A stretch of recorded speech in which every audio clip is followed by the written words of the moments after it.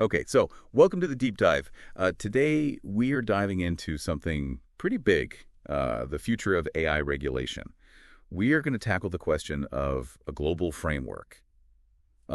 Is it even possible? Is this something we should even aim for? Yeah, it is a huge question. And I think for our listeners, people who want to really quickly get up to speed on these transformative technologies, this is a really important one to think about. Yeah, absolutely. So we've been reading a lot about this, and I mean, there's a ton of material out there, really getting into the weeds of why this is such a tough problem, why global regulation for AI is such a challenge. So we're gonna try and distill it all down and figure out, why everyone is talking about global AI regulation now, and what some of the ideas are that are out there for how it could actually work. Yeah, great. So one thing that really struck me from the stuff we've been looking at is just how broad the potential impact of AI really is. I mean, it's not just science fiction anymore, right? It's like it's affecting so many areas of our lives. Oh, yeah, absolutely. I mean, AI is, it's everywhere. It's in medicine, agriculture, energy, education, like you name it. Right. And because it's becoming such a fundamental part of everything, it's obviously raising all these questions, like how do we make sure it's used ethically? What kind of legal frameworks do we need? How is it going to impact society? I mean, our listeners, I think, are really trying to stay ahead of the curve and thinking about all of these things. Absolutely. And it's interesting because, these questions aren't just theoretical anymore. I mean, they are really starting to have practical implications, and people are really starting to think about how to govern this technology. Okay, so that kind of brings us to the big question here. Why are we even thinking about global regulation? Because that just seems like a massive undertaking. Well, I think, one of the things that the articles really emphasize is the idea that AI is transboundary, right? Oh. An algorithm that's developed in one country can be used anywhere else in the world in a matter of seconds. Oh, yeah. Software doesn't really care about borders. Exactly. So all the issues that come up from the use of AI can very easily cross borders as well. Like, for example, they talked about algorithmic discrimination, right? Right. Like, if an algorithm is biased, that bias can affect people all over the world, not just in the country where it was created. Exactly. And another one is privacy, right? Like with data flowing across borders to train these AI models, it's really hard to protect people's privacy. And then you have things like automated decision making. I mean, as AI becomes more powerful and starts making more decisions, it's not really realistic to try to regulate it just at the national level. Right. Like the problems are global, so the solutions kind of have to be global too. Okay, so it sounds like there's a pretty strong case for some kind of global approach. Yeah. But what's actually happening right now? Like, are there any initiatives out there that are trying to make this happen? What are the challenges? So one example that comes up in the articles is the EU's proposed AI Act. Have you heard of that? Yeah, I think so, but I'm not really familiar with the details. So basically, it tries to classify AI applications based on how risky they are. So like high-risk applications would have to meet stricter requirements. No, that makes sense. Yeah. And the focus is really on transparency, safety, and protecting fundamental rights. But, I mean, the EU is just one region, right? Yeah. What about other major players like the U.S. and China? So the articles do mention that the U.S. and China are kind of going in different directions. Why is that?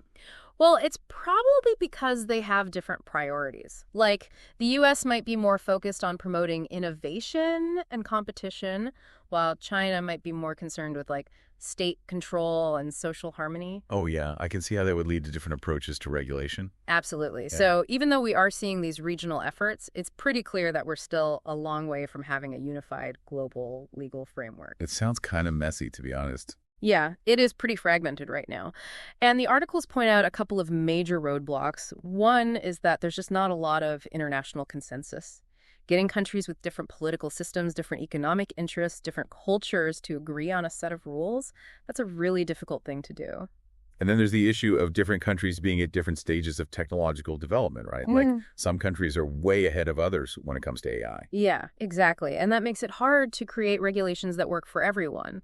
I mean, what might seem like a reasonable regulation for a country with a really advanced AI sector might actually be a huge burden for a country that's just starting out.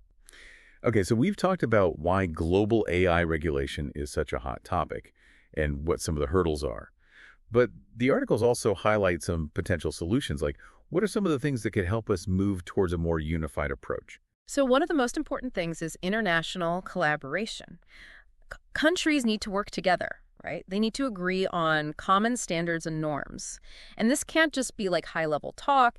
It needs to be practical cooperation on technical details, data governance, enforcement mechanisms. So it sounds like international organizations like the UN will have a big role to play here. Yeah, definitely. They can help facilitate these discussions, bring different stakeholders together, and create a platform for reaching agreements. So it's not just governments that need to be involved. It's also researchers, industry leaders, civil society groups, and most importantly, the people who are actually going to be affected by AI. Exactly. It needs to be a really inclusive process. Another key element that comes up is the importance of putting ethics and human rights at the center of any regulation. Yeah, absolutely. Like the whole point of regulating AI is to make sure it's used in a way that benefits humanity, not harms it. So we need to have clear ethical guidelines and strong accountability mechanisms to address any potential harms. So if an AI system makes a decision that leads to some kind of unfair outcome, there needs to be a way to understand why that happened and to prevent it from happening again. Precisely. And this ties into the idea of transparency, right? We need to be able to understand how AI systems are making decisions and what data they are using. But I mean, isn't that kind of tricky? Like, wouldn't that require companies to reveal their algorithms, which are often trade secrets? Well, it's not necessarily about revealing the actual code of every algorithm, but we do need to understand the logic behind the decisions, the factors that are being considered, and the potential biases that might be built in. Okay, so it's more about understanding the decision-making process rather than the specific technical details. Yeah, and that way we can start to hold developers and users accountable. The articles also mentioned the importance of auditing and oversight mechanisms. Can you explain what those are and why they're important in a global context? So auditing is basically a way to check whether AI systems are actually working the way they are supposed to. It's about identifying potential biases and making sure they are complying with any regulations that are in place. And oversight mechanisms are about creating a framework for monitoring the development and use of AI so we can intervene if necessary. It sounds like it's all about building trust in AI, right? Making sure people feel confident that this technology is being used responsibly. Yeah, exactly. Another really interesting point that the articles bring up is the need for education and training.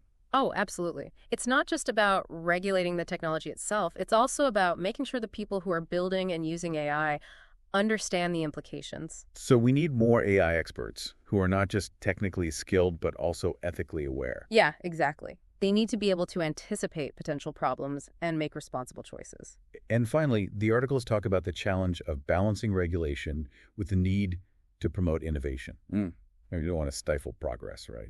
Of course not. And that's why it's so important to create flexible regulatory frameworks that can adapt to the rapid pace of change in the AI field. It sounds like a real balancing act. It is. But the goal is to create a clear direction for responsible AI development without creating unnecessary obstacles. Okay, so to sum it all up, it seems like the future of global AI regulation really depends on our ability to work together.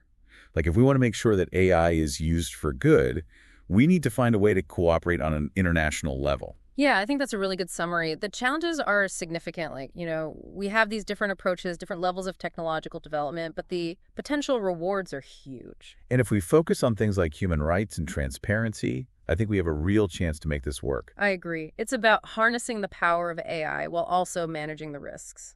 This has been a really fascinating deep dive, and it leaves me with a final thought for our listeners. As AI keeps evolving, it's going to have a massive impact on the way we live and interact with each other on a global scale. So I want you to think about what role you want to play in shaping this future. What are the values that you think should guide the development of AI? And what can you do to ensure that it is used in a way that benefits everyone? Because the future of AI is ultimately in our hands.